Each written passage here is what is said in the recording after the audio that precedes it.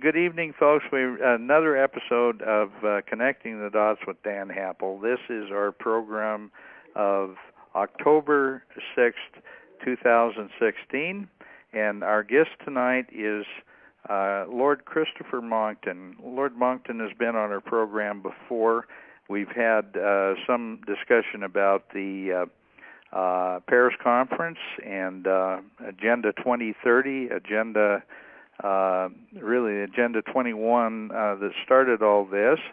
And tonight we're going to have a further discussion about some of the things that are happening in the world today and some of the revelations that Lord Monkton has had working with scientific peers in producing a document which has the potential to blow the lid off the entire ClimateGate scam. And with that, Lord Monkton, I welcome you to the show, and I would like you to maybe lead into how you came to the information and to the scientific data that is proving that the whole global warming hypothesis that's been really been promoted by the IPCC is just totally false. Well, are we talking here of my recent discovery, or are we talking of my earlier work on all of this? Well, we can do both, but I was really talking in terms of your recent discovery. Right. Well, just to put the listeners into the picture on this, about a year ago, I wrote a scientific paper raising a question about the way the temperature feedbacks, which are supposed to multiply the direct small warming from CO2 by about 3, were determined in the models. I thought there was something wrong. I couldn't put my finger on what was wrong, but I was able to write a scientific paper explaining why I thought there was something wrong. And the conclusion was very interesting, because a few weeks ago, an electronic engineer got in touch and he said, well, of course, it was in electronics that the mathematics of feedbacks in dynamic systems were originally worked out. And yes, they are making various mistakes in the way they handle feedbacks in the models. So I then read the textbook he told me to read, and he had pointed out a number of minor mistakes that they'd made. But when I read the textbook, I realized they'd made a major mistake. So I ran that past him. He said, no, that isn't a mistake, which in some circumstances it wouldn't be. But in the circumstance in which they've applied it in the climate, it turns out that it is. And the mistake they've made is to use the fractional change in surface temperature or atmospheric temperature caused by the CO2 as the input to the feedback loop, rather than using the absolute total temperature after that fractional change has been made, or preferably doing the whole calculation in terms of fluxes of radiation rather than temperature, because of course it's the changes in radiation that drive the changes in temperature. So that was the error I found. And when I sat down and calculated just how much difference that error made, it turned out that this was a big error, because if you correct for it, it totally removes the huge amount of global warming they say at the high end. You know, they say it might be 4.5 or 5 or 6 or 10 or even 12 Celsius per doubling of CO2. There's a paper that came out just last week saying it might be somewhere between 5 and 7 Celsius per doubling. All of these papers and all of the IPCC's conclusions on that subject are based on this one serious error in the way that feedback mathematics, which came originally from electronic network analysis, has been transplanted to the climate by climatologists who, in my experience, don't know all that much mathematics or physics, and who clearly didn't understand how feedback mathematics actually works. This mistake has been in the literature for at least 30 or 40 years, and you can detect that today it is still built in to the computer models that tell us how much warming there's going to be per doubling of CO2. It's a very big error, and if you take that error away, then you're not going to see much more than maybe 2 Celsius of warming. But if you allow for other mistakes that have been made, which other researchers have pointed out, then you're looking at maybe 1 Celsius of warming per doubling of CO2 concentration, and that is simply nothing like enough to be worth worrying about. So the whole idea of tipping points and extreme reactions of the climate to the small amounts of CO2 I put into the atmosphere, all of that goes out of the window. The climate scare is now officially over. That's really eye-opening information. And how are you going to bring this to the listening and the reading public? Is this going to be something that's going to be published, and how is this going to be published, and how do you plan to bring this forward to debunk the climate hoax? The first step is to write a paper which will be published in one of the scientific journals. And I'm already at work on that. The paper is in draft at the moment. And once we have published that paper, that will be the point where we can say to the world, this has been through peer review, which is what the other side always insists on. It has to be peer reviewed. In practice, this means it's reviewed by their pals, so we really call it pal review. But if even they, on reading it, have to accept, as we think they will have to accept, that there is a material error in their calculations, then that will be the end of that. The whole world will collapse in gales of laughter, because everything they've been saying to us about how there's a consensus about this will have been shown to have been wrong, because the consensus just didn't know enough mathematics to get its sums right. Well, with that comment, one of the things that we've always learned and we've always known about good science, and I'm talking good science here, not the bogus stuff that we've seen recently, but good science is always tested, and scientific theory is always tested to make sure that the basic thesis is something that can be, under different circumstances, can be reinforced and show that it has scientific merit.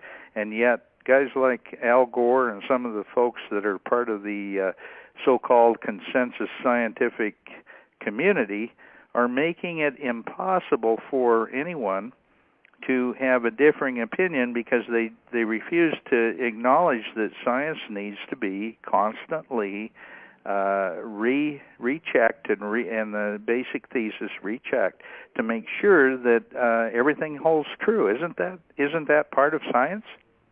The founder of the scientific method in the Eastern world, just as Thales of Miletus founded it in the West, was Abu Ali ibn al-Hasan ibn al-Hasan ibn al-Husayn ibn al-Haytham. And he was as proud, as you can tell, of his ancestry as I am of mine. And he was a philosopher of science and a mathematician and a specialist in optics in the 11th century AD in Iraq. And he used to say exactly what you've just said. He said that the seeker after truth, which was his beautiful description for the scientist, absolutely refuses to acknowledge authority as such.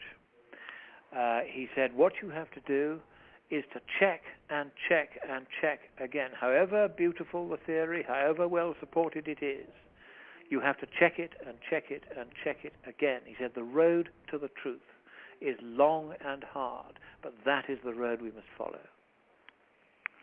Well, that's terrific, and it's exactly what we used to learn even as children in school, that science was always improving and changing because those theories were constantly being tested and retested. And now we see in our country liberal governors, leftist governors, and different administrators that want to make it illegal and actually fine or imprison people that disagree with the basically the global warming fraud that is part of anthropogenic global warming.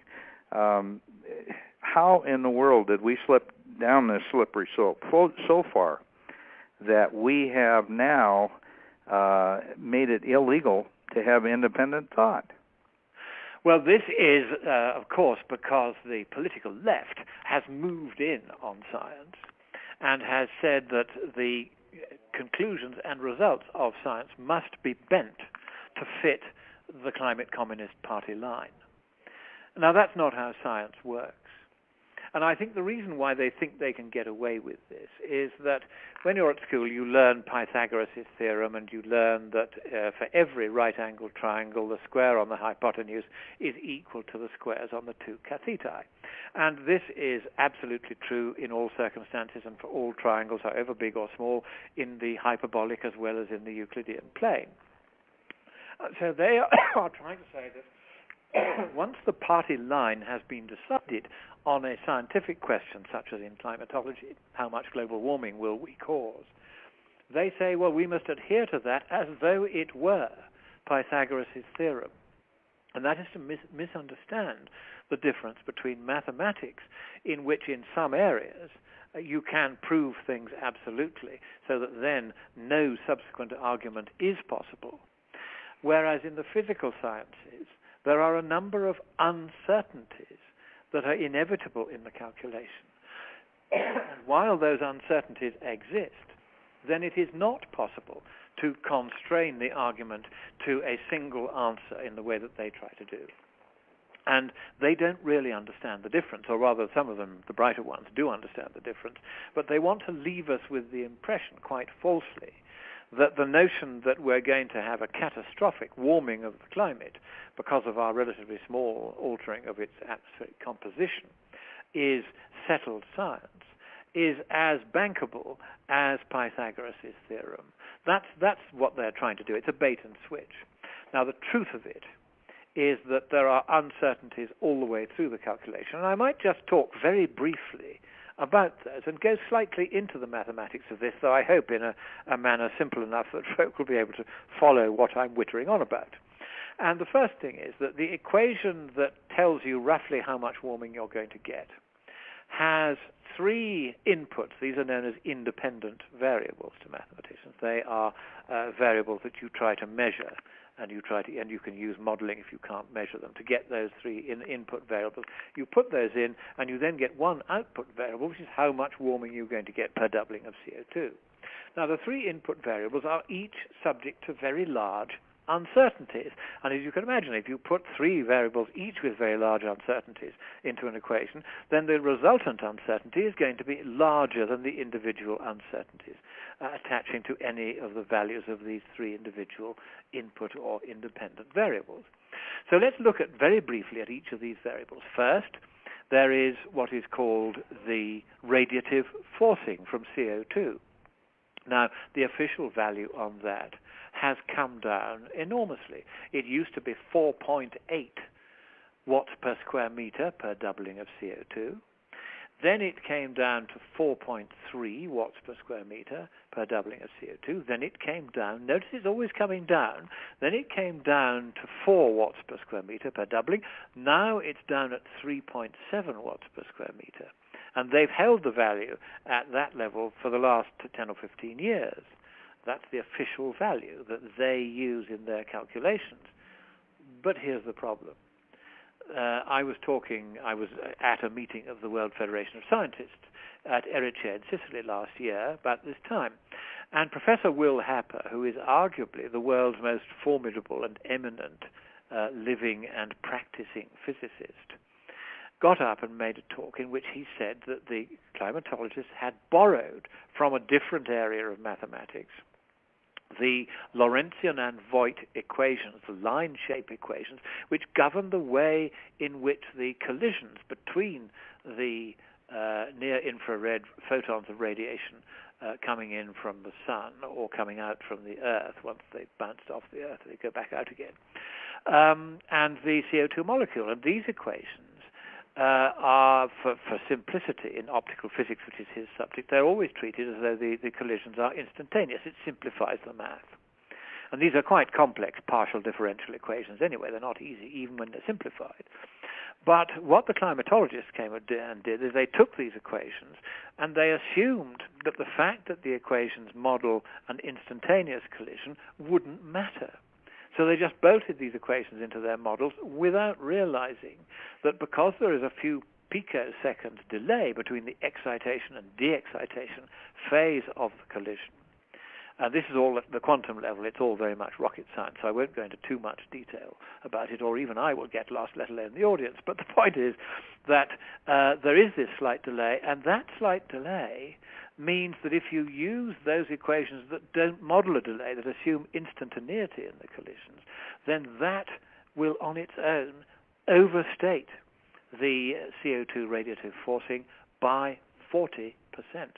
And that means all estimates of how much warming you get per doubling of CO2 are similarly overstated by 40% just because of that one error in one of these three input variables to the equation. Then the next input to the equation is what is called the climate sensitivity parameter, which is the amount by which you multiply the radiative forcing in order to get the direct initial temperature change before we take account of the third input variable, which is these feedbacks.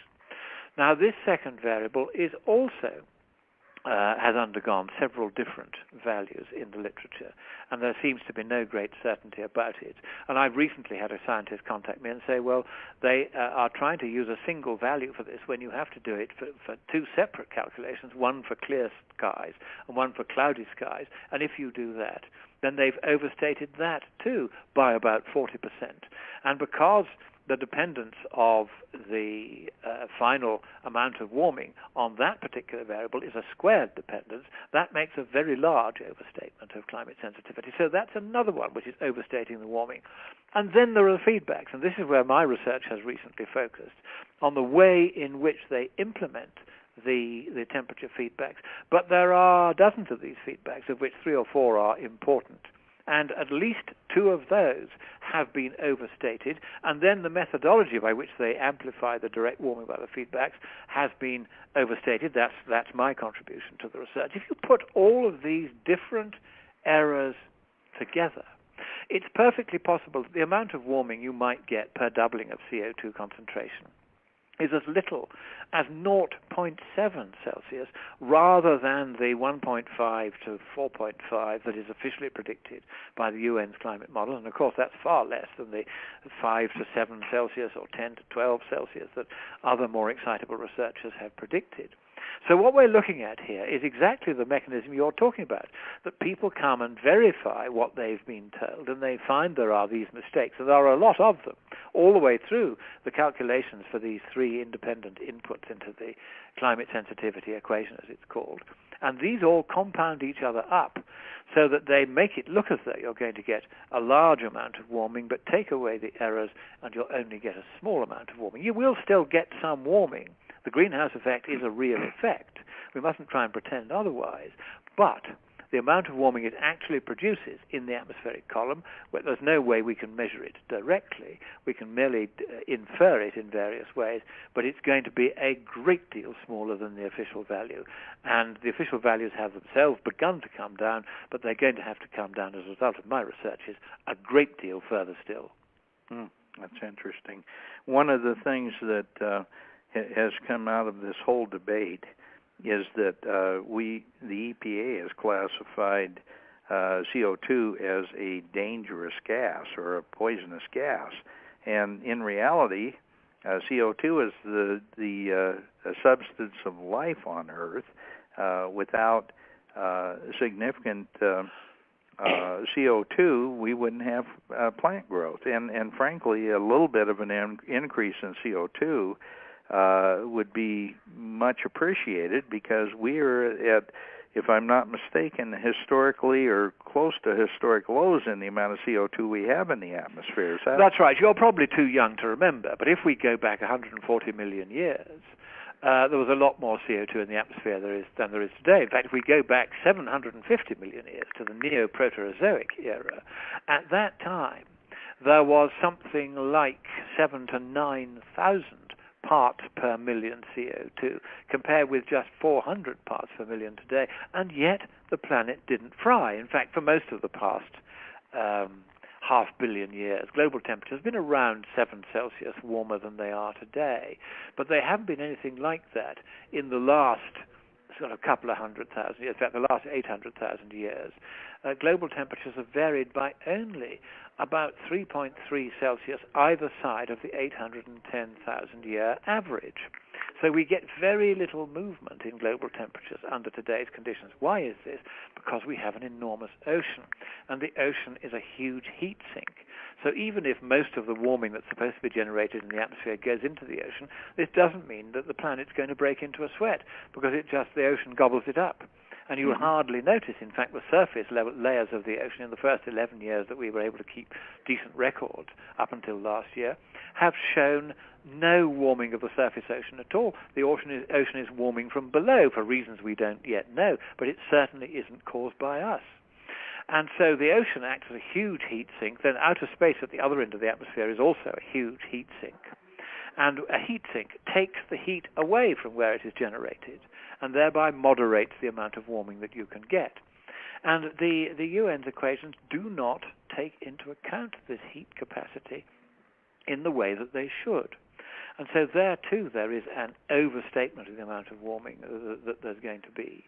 And all that one can learn from this is that these scientists have become overexcitable too quickly. They have failed to understand the value of CO2. They failed to understand that if we were to get another couple of million years at the same rate of decline in CO2 concentration that we've seen in the last 750 million years, then plants and trees all over the earth would die because there just wouldn't be enough CO2 for them to breathe. Now, fortunately, should that even begin to happen, we can do something about it by burning fossil fuels. But you know what the major source of the CO2 is? It's all been stored up, as it was once in the atmosphere, it's now gone. It's in limestone, and of course the whole of Montana is limestone. And if you burn that limestone, you can re-liberate the CO2 back into the air. So if we do ever get to a real shortage, we can do that and put the CO2 level back up again. But for the moment, we can burn fossil fuels, and that has pushed up the CO2 concentration from about 300 parts per million 150 years ago to 400 parts per million today. Is this dangerous? No, of course it's not. It's a very good thing.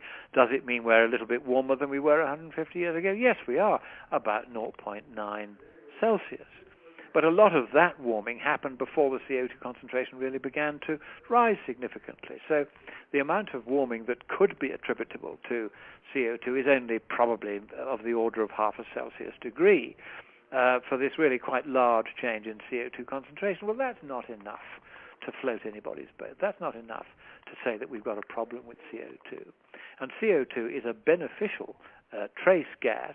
The percentage of it in the atmosphere is 0.04% of the atmosphere is CO2. It's very tiny. And that trace gas is what allows plants to do photosynthesis and therefore to grow. And one of the things we've noticed as the CO2 concentration has gone up over the last 100 years is that the leaf stomata, the breathing ports underneath the leaves of plants, are becoming fewer in number because there's more CO2 in the atmosphere, and so they don't need so many of these breathing points. And the result of that is that plants are gradually much more resistant to drought than they used to be. And if we could double the CO2 in the atmosphere, which we may do by the end of this century, then plants will need about half as much water to survive as they need now. And in a relatively arid climate like Montana, that is going to make quite a difference to the prospect for agriculture. And so CO2 has these many benefits, and the EPA relentlessly refuses to recognize these benefits. And why?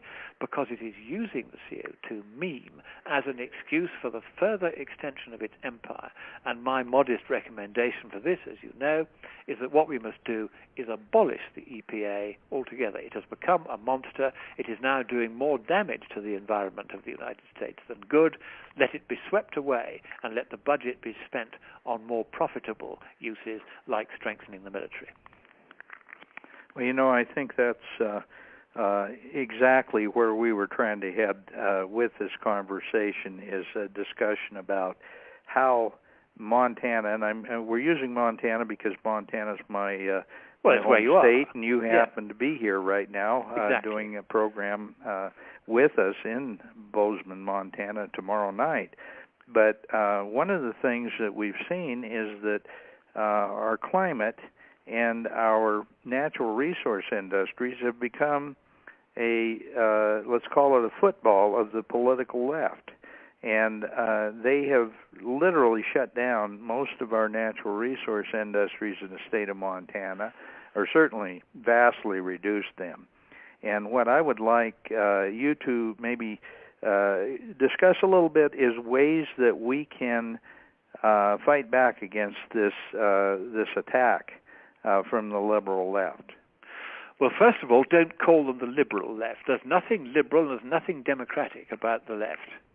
They are vicious totalitarians, and their aim is a very straightforward aim. It has nothing to do with the environment. It is to destroy capitalism. And they can destroy capitalism by stifling it with environmental regulations, using the EPA as their Trojan horse to do this. So how in Montana do you take back control? Now you have a difficulty. You have, for instance, a fairly half-witted Democrat governor who believes in all this enviro garbage. And how has he been elected, given that this is a largely rural state? Well, the answer, of course, is that the population tends to congregate in towns and cities. And in towns and cities, the population will always tend to vote left. In the countryside, they tend to vote center-right. And this is the main reason why the left has decided to climb onto the environmental bandwagon. It's because they know that people in cities can be fooled with all this environmentalist nonsense and will then give large amounts of money to environmental organizations like Greenpeace, which are nothing more these days than communist front organizations. Let's be very clear about this. And if you think I'm being some sort of pointy-headed extremist, those are the words of Patrick Moore, the founder of Greenpeace, who saw his organization, which was devoted to genuine environmental causes that you and I would believe in, Dan. They were captured by the Marxist left, who came in and took it over and turned it into a communist front organization, and he had to leave. And he is, to this day, very sad about it, because the organization that he founded was a very good organization. It achieved a number of very sensible objectives, like putting controls on whaling, for instance, was a big thing that he was involved in. And that was very necessary, or there would be no whales by now. These were legitimate campaigns that were properly fought by people who really cared about the environment. Let us be very clear that today, if you give any money to Greenpeace, you are effectively giving it to communists who hate every aspect of life in America and are determined, by whatever means they can, utterly to sweep it away and destroy it. So how do you stop this? Well, the first thing is, you have to make sure that the next time the Republicans do take the governorship and maybe the legislature here in Montana, they pass an irrevocable law which prevents voters in towns and cities from giving orders to the minority of voters who live in the countryside about how the countryside's environment should be regulated. You should take this down much more to the local level, so that those who live in the countryside should be the ones chiefly responsible for regulating its environment. They know what they're doing. They live there. And it takes great courage to live in the remote corners of places like Montana. The life is a lot less easy there than it is in the comfortable cities. So let the local folk who live in the countryside take control of what they think should be the environmental regulation, and don't let the federal government anywhere near it. Under the interstate commerce provisions of the Constitution, you can tell the federal government that your environment is none of their business and they must back off, and that gets the EPA out of it. And then likewise, you can say to the towns and cities like Bozeman, sorry, but it's not for you to vote on our environment. You can vote to have all kinds of half-witted environmental regulations inside Bozeman, but not outside it. That's our business, and we're not going to have it. And we will cut you off from your countryside and go independent and form our own method of government if you continue to try to bully us and shut down our industries. Let's remember that if you went back 20 or 30 years, Montana was 6th out of 50 states in the average per capita income, because this was the treasure state. It still is the treasure state. Them thar hills are full of gold and coal and oil and gas and heaven knows what else.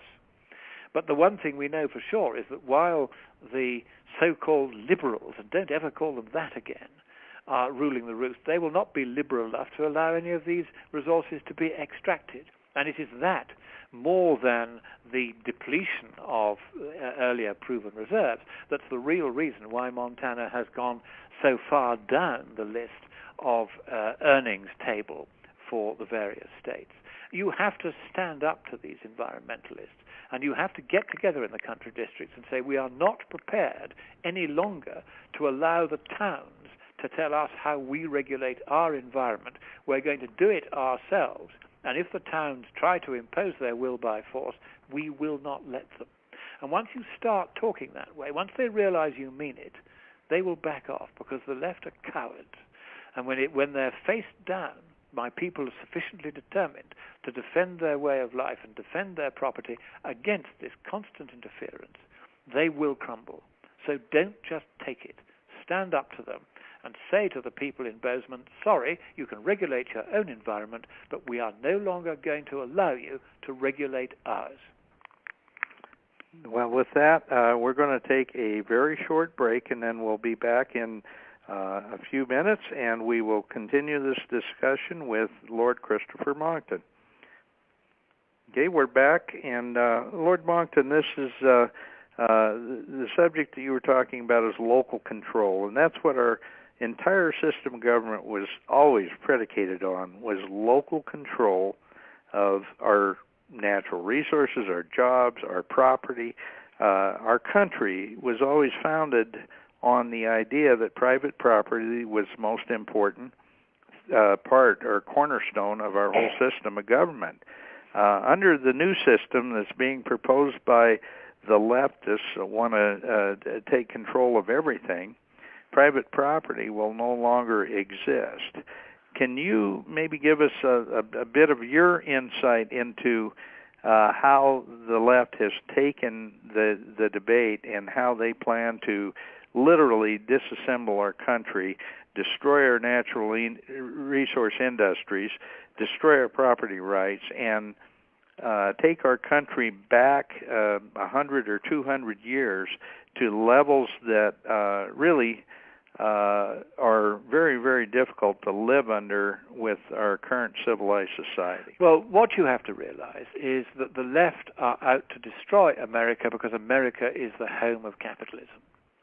And they are going to use their control of the UN, which was really their idea in the first place, and they've dominated it ever since.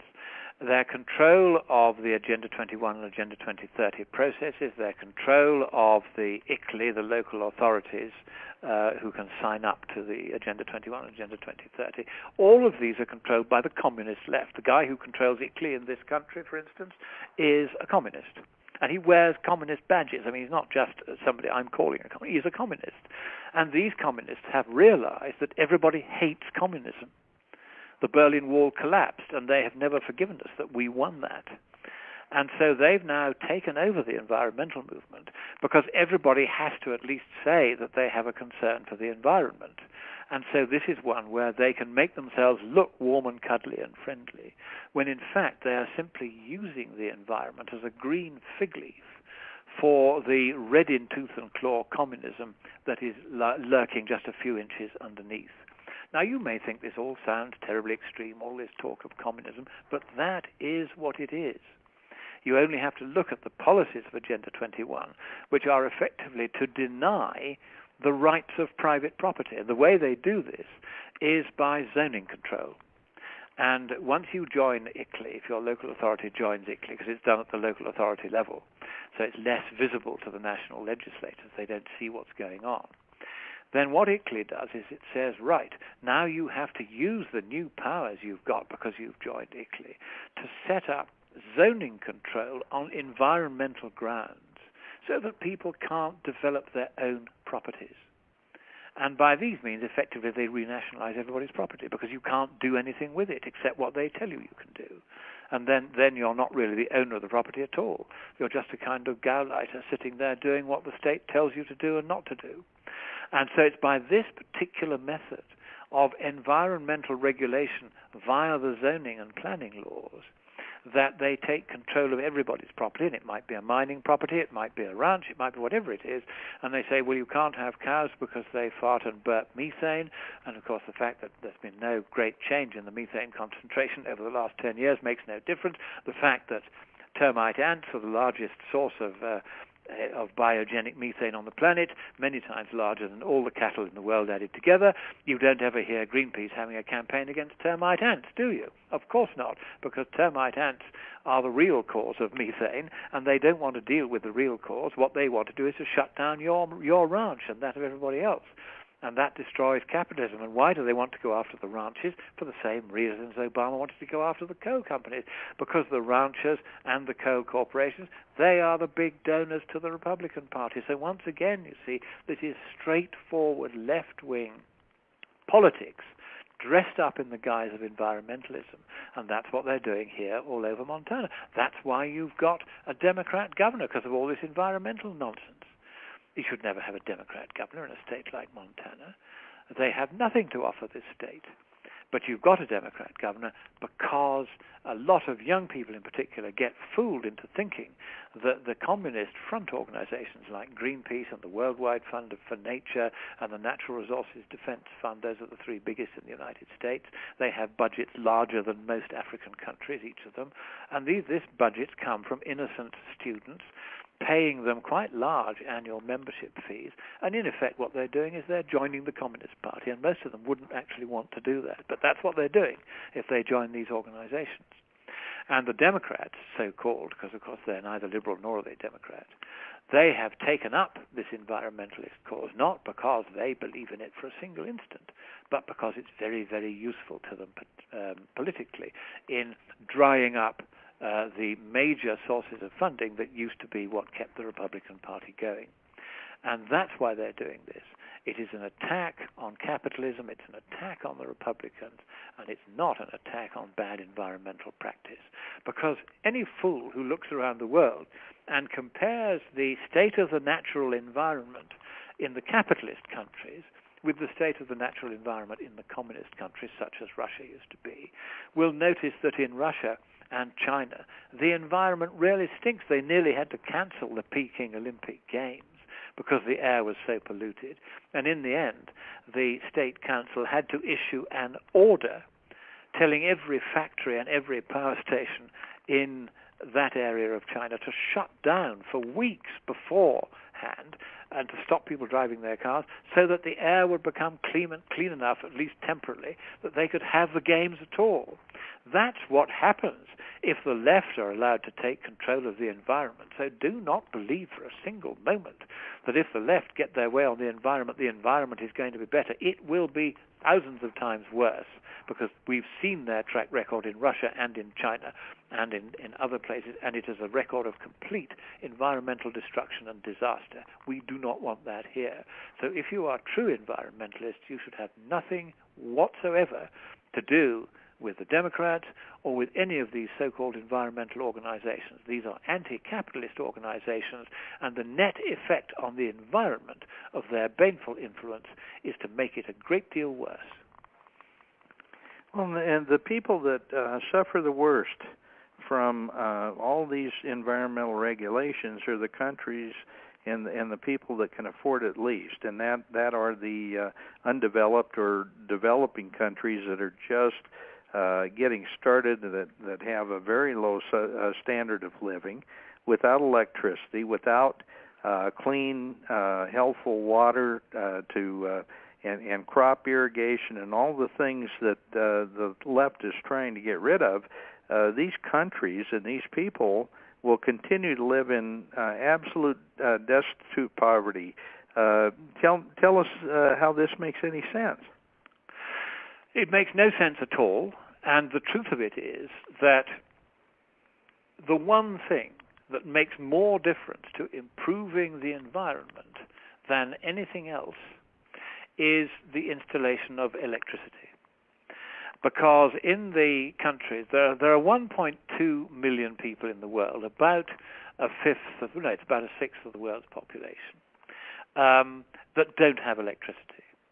Now, of those, something like a Holocaust every year, 6 million every year are killed before their time because they don't have electricity, and they wouldn't die if they had it. 2 million alone every year, according to a UN report, are dying because they get respiratory diseases in smoke-filled huts because of no electricity to cook with. And that's just on that one cause.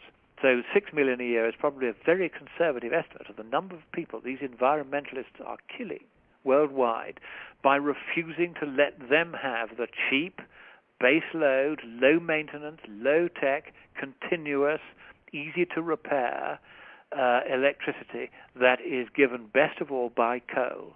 Coal-fired power can be delivered for a marginal levelized cost these days of $30 per megawatt hour, £20 sterling, $30 per megawatt hour. That is the cheapest form of electricity in the world. For third world countries, it's the most reliable because it's low-tech and easy to maintain. They've got plenty of coal anyway, so it's very, very good for them in every way. But they're not being allowed to do it because all these bossy boots on the left are saying, no, we can't have that. They don't want these countries developing into capitalist economies that prosper, because that's another knife in the flank of the left if they succeed. They want to keep them failing, and they keep them failing by saying you can't have the cheap electricity that we had. It's contemptible, and it is killing 6 million a year. And even the wildest claims of the people who say that global warming is killing people don't say that it's more than about 300,000, and even that is an entirely made-up figure. The truth of it is that the number of deaths from bad weather worldwide, and that's droughts, floods, gales, whatever it might be, the number of deaths has plummeted. It's now at the lowest it's ever been since global records first began. That's not a picture of global warming causing massive destruction, is it? But the number of deaths from the lack of electricity is rising all the time because these people cannot have refrigeration for their medications, they can't have heat for their cooking, they can't have light to learn by, so they're imprisoned in their third world status by crazed left-wing environmentalists in Western countries who do not care how many people they kill. But that's what they're doing. They are killing people in very large numbers. And in the end, they're always saying that we should be taken to court for daring to question their party line on climate science. We should be taking them to the International Criminal Court for African genocide, because that's what it amounts to, because we won't let them have the electricity which would be the fastest and surest way to lift them out of poverty and death. You know, that's absolutely true, and of course we hear all these conversations from the left about racism and all the issues that supposedly the conservatives are really creating conditions that are very, very difficult for different racial minorities and indigenous people, all these other things. And in reality, the greatest racism there is coming from the left, because they're trying to control population, and they're trying to control the cultures in countries that have so little, and make sure that they stay that way, make sure that they can't develop in... you can forget that this notion that the left wants to reduce population. It doesn't. What it wants to do is destroy capitalism, and that's all it is about. It is purely nihilistic. And all this population control stuff, that just comes in as part of the environmental window dressing that makes them look as though what they're advocating is respectable and sensible, but it isn't. It's murderous. And we must be very, very clear about what their true objectives are. The objectives of just about every environmental movement are the advancement of socialism and the destruction of capitalism, the advancement of totalitarianism and the destruction of liberty. And we must be very, very clear about this. That is their sole real motivation. That's not to say that everybody who joins these Communist Front organizations realizes that that's what these organizations are really there for. There'll be plenty of goofy people who think they're actually going to benefit the environment by supporting Greenpeace. Well, they're not going to benefit the environment. They're going to damage it. They're also going to damage their... I was just saying that these people in the environmental movement are there because they intend to destroy the West. That's what they're about. These are nihilists. They They are anarchists, they're destructive. All they want to do is destroy everything they see around them, and they have nothing to offer to replace it. And they're merely using environmentalism as an excuse to legitimize their misconduct in the eyes even of some conservatives, people like, for instance, David Cameron in England when he was Prime Minister. He believed all this environmental garbage, as does his successor, Theresa May. They're both actually well on the left of the Conservative Party, and I debated this with Theresa May on the radio only a couple of years ago. She knew nothing whatever about it, but she believed all this left-wing nonsense about the environment, when of course none of this climate change stuff is to do with the environment or about global warming. It's to do with the left asserting totalitarian control worldwide via environmentalist mechanisms. Well, and part of that, Lord Monkton, part of that discussion has to always go back to the notion that the environmental movement, with what's going on right now, is really about getting people off the land and getting people moved into megacities in very controlled environments so that they can more easily control every aspect of their life, including food production and all. And again, let's be clear what the real motive there is. The primary motive is not to move people into cities for environmental reasons. The primary motive is to move people into cities because people who live in cities tend to vote left. You can see that in Montana, in Bozeman, in Missoula, in Butte. These are the places where they vote left because they're cities. And cities vote left. It happens the same all the way around the world, the same in Britain. The only region of Britain that didn't vote for Brexit was the London region, because that's the largest city we have. And all the cities, to some degree, voted against Brexit. But London, by a very large majority, was the largest city. The more they can cram people into cities, the more they can be sure that people will vote left. It's one of the biggest indicators of how you're going to vote is where you live. If you live in the country, you'll vote centre-right. If you live in a city, you're much, much more likely to vote left. So what do you do if you want to increase the influence of the left, which is what the left, of course, want to do? You try to make sure you find some excuse for saying that people shouldn't be allowed to live and vote in the countryside. And that's what this is really all about. Well, I'm glad you brought up the issue of Brexit, because that's an area that I would like to discuss, and you've made some comments to the effect that we should do the same thing in the United States to break up some of these international treaties like NAFTA that have literally been destroying our economy. And would you speak briefly about Brexit and that movement and how that all came together, and then how we can make those changes in the United States under a system we'll call AMEREXIT for the time being? Well, this was 40 years' work, getting the UKIP set up as a political party, getting it to fight elections and fight them and fight them and fight them and lose them and lose them and lose them, but gradually to get the message across to the people that if you want to have a democratic system, the European Union is not it. It's irreformably anti-democratic, and therefore if you want democracy, you have to leave. And we just did that. And we finally got our vote on it. We voted to get out. Of course, the entire political establishment is furious. The BBC is wetting itself. They're all terribly angry that we won this, and they're going to try to thwart the will of the people. I'm quite sure they'll do that as best they can. But we will hold them to account and try and make sure that we prevail.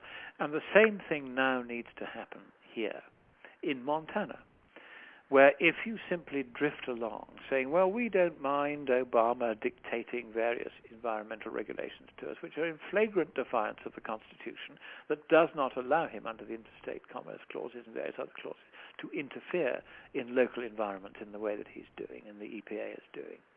If you sit there and allow them to do this, they'll do it to you. And this is the trouble with the centre-right, endless complaints, and nobody ever actually does anything to try and stop it. Now, if the Republican Party will not sharpen up and step up to the plate and do its job of fighting against communism of the sort that Obama is trying to spread everywhere, using the environmental movement as his mechanism, then you're going to have to start a new party just as we did. And you're going to have to accept that that will split the Republican vote, and that will mean that for a time the left will be stronger than it was before. But we were prepared to pay that price. And once they realized we were prepared to pay that price, the people began voting for us in quite large numbers. And eventually, the Conservatives were much weakened by this.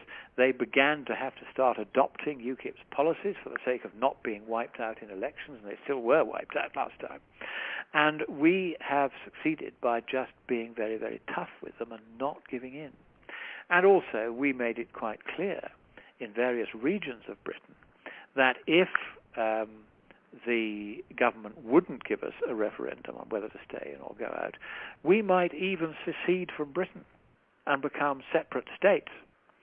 And in Scotland, we could certainly, in the Scottish Highlands, which is really quite deeply conservative, we could have done that. And we could have run a perfectly viable economy up there. Indeed, it would have become one of the most successful economies in Europe in a very short time if we'd done it.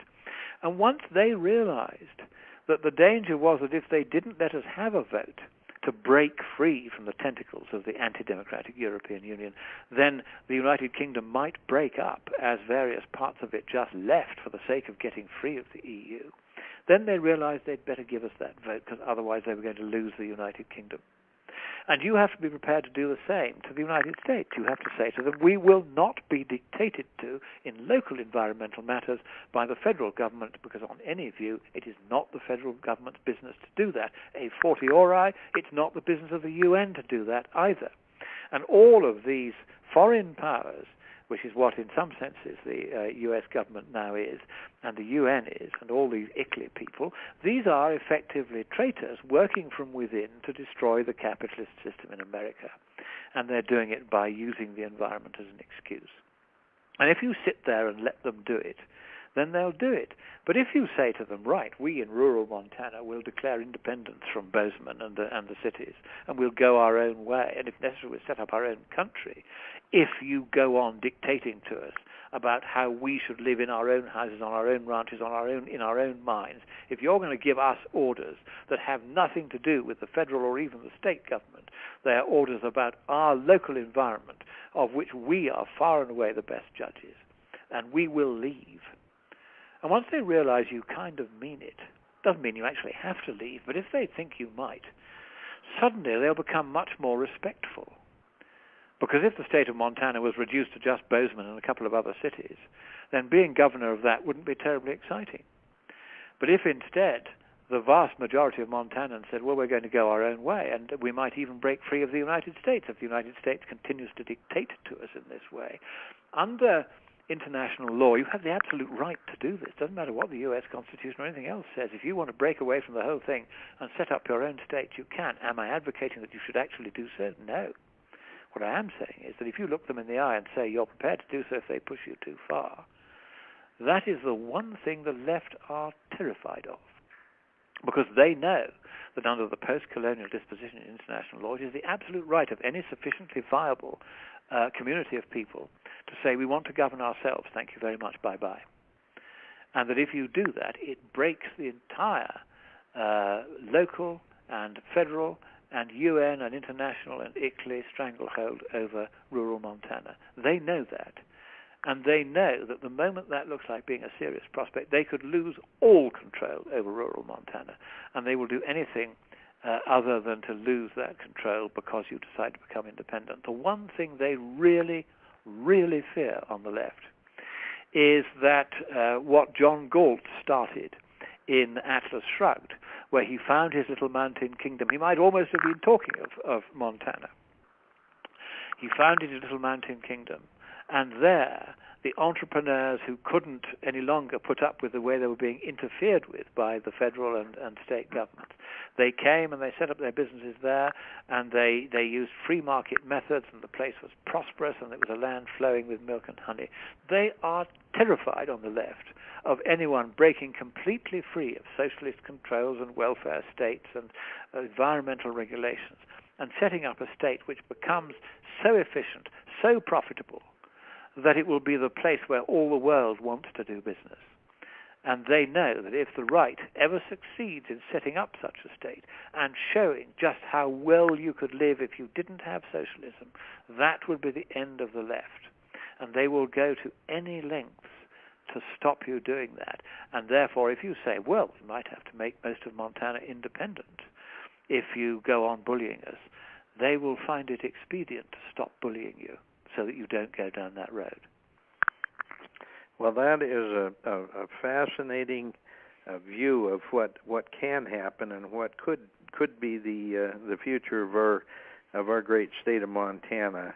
And with that, Lord Monkton, I want to thank you for being our guest on today's show.